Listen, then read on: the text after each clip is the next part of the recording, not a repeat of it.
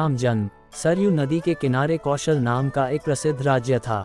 इस पर महातपस्वी और वीर राजा दशरथ राज्य करते थे। देश की राजधानी अयोध्या थी।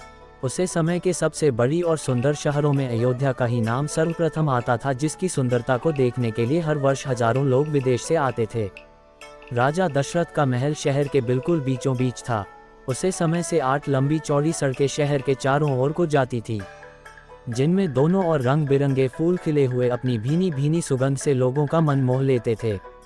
राजमहल के साथ ही राजा दशरथ ने छोटे छोटे खूबसूरत कई महल बनवा रखे थे, जिसमें उनके मंत्रीगण, सेनापति और देश के चुने हुए बुद्धिजीवी लोग भी रहते थे, जो हर संकट के समय राजा को सलाह देते थे।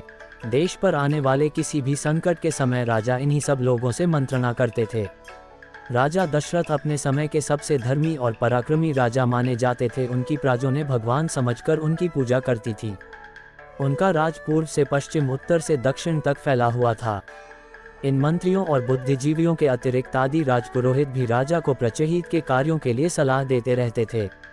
ऐसे वीर और लोकप्रिय राजा के जीवन में तो संसार भर के सुख होते हैं, दुख नाम की कोई चीज़ उनके निकट नहीं होती।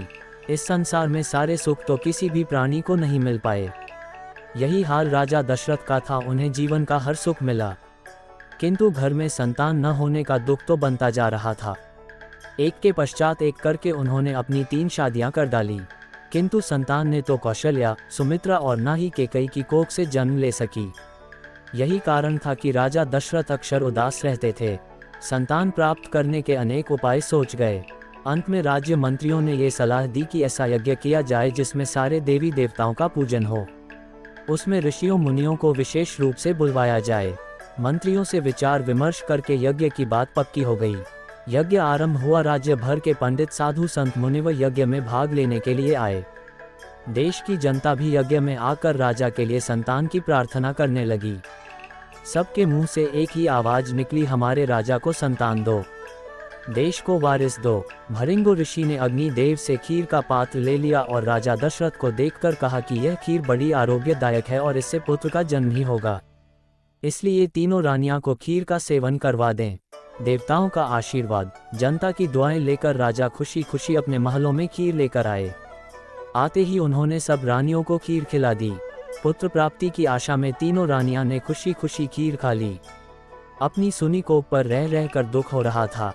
उनको यही आशा थी कि अब वह अवश्य ही मां बनेगी। खीर खाकर एक बार फिर प्रभु से संतान मांगी।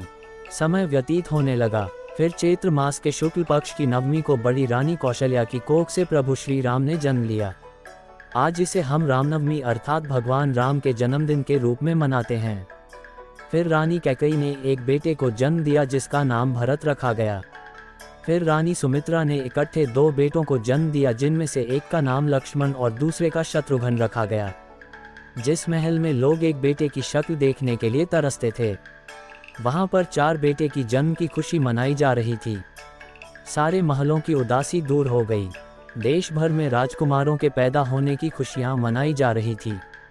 चारों ओर खुशियां ही खुशियां थी। चारों राजकुमार अत्यंत सुंदर थे।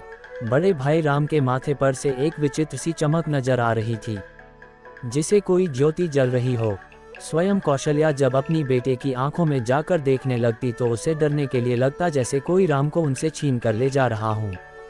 वह अपने बेटे को गोद में उठाकर उसका मुंह चूमन लगती और कान के पास काला टीका लगाकर कहती, भगवान मेरे बेटे को दुनिया की बुरी नज़र से बचाना।